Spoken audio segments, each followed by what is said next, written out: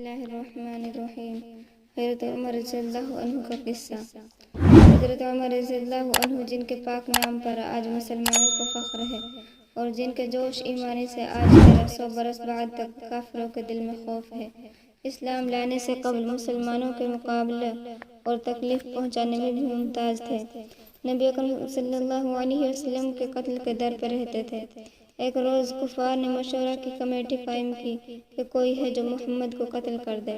عمر نے کہا کہ میں کروں گا۔ لوگوں نے کہا کہ بے شک تم ہی کر سکتے ہو۔ عمر تلوار لٹکائے ہوئے اٹھے اور چل دیے۔ اسی فکر میں جا رہے تھے کہ ایک صاحب قبیلہ زہرہ کے جن کا نام حضرت سعد بن ابی وقاص ہے اور بعضوں نے ان اور صاحب لکھے ہیں، ملے۔ انہوں نے پوچھا کہ عمر کہاں جا رہے ہو؟ کہنے لگے کہ محمد کو قتل کرنے کی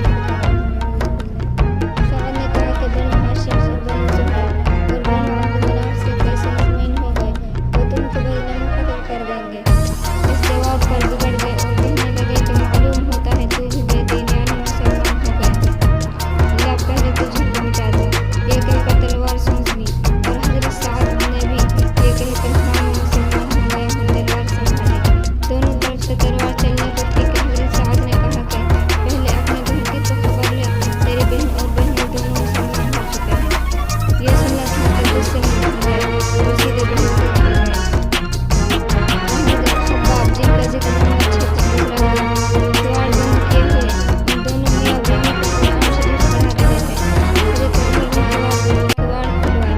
ان کی آواز سے حضرت خباب تو جلدی سے اندر چھپ گئے اور وہ صحیفہ بھی جلدی میں باہر ہی رہ گیا جس پر آیات قرآن لکھی ہوئی تھی۔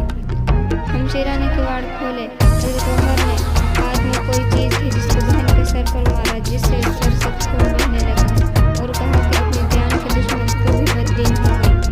اس کے بعد گھر میں آئے اور پوچھا کہ کیا کر رہے تھے اور یہ آواز کس کی تھی؟ بہنوئی نے کہا کہ بات چیت کر رہے تھے۔ کہنے لگے کیا تم نے اپنے دین کو چھوڑ کر دوسرے دین اختیار کر لیا؟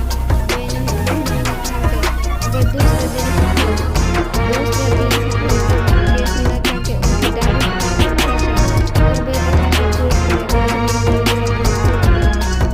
بہن نے چھڑانے کی کوشش کی تو زور سے مارا کہ خون نکل آیا۔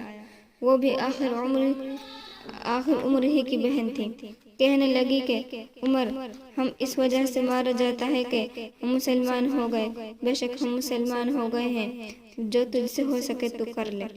اس کے بعد حضرت عمر کی نگاہ اس صحیفے پر پڑی جو جلدی میں باہر رہ گیا تھا اور غصہ کا جوش بھی اس مار پیٹ سے کم ہو گیا تھا اور بہن کے اس طرح خون بھی بھر جانے سے شرم بھی آ رہی تھی۔ کہنے لگے کہ اچھا مجھے دکھلاؤ یہ کیا ہے؟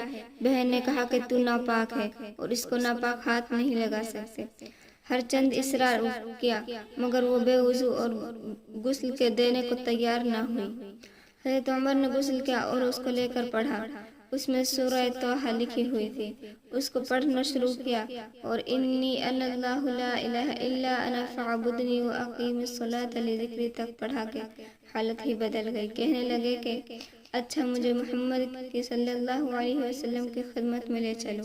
یہ الفاظ سن کر حضرت خباب اندر سے نکلے اور کہا کہ اے عمر تمہیں خوشخبری دیتا ہوں کہ کل شب پنج شنبہ میں حضور اقدس صلی اللہ علیہ وسلم نے دعا مانگی تھی کہ اے یا اللہ عمر اور ابو جہل میں جو تجھے زیادہ پسند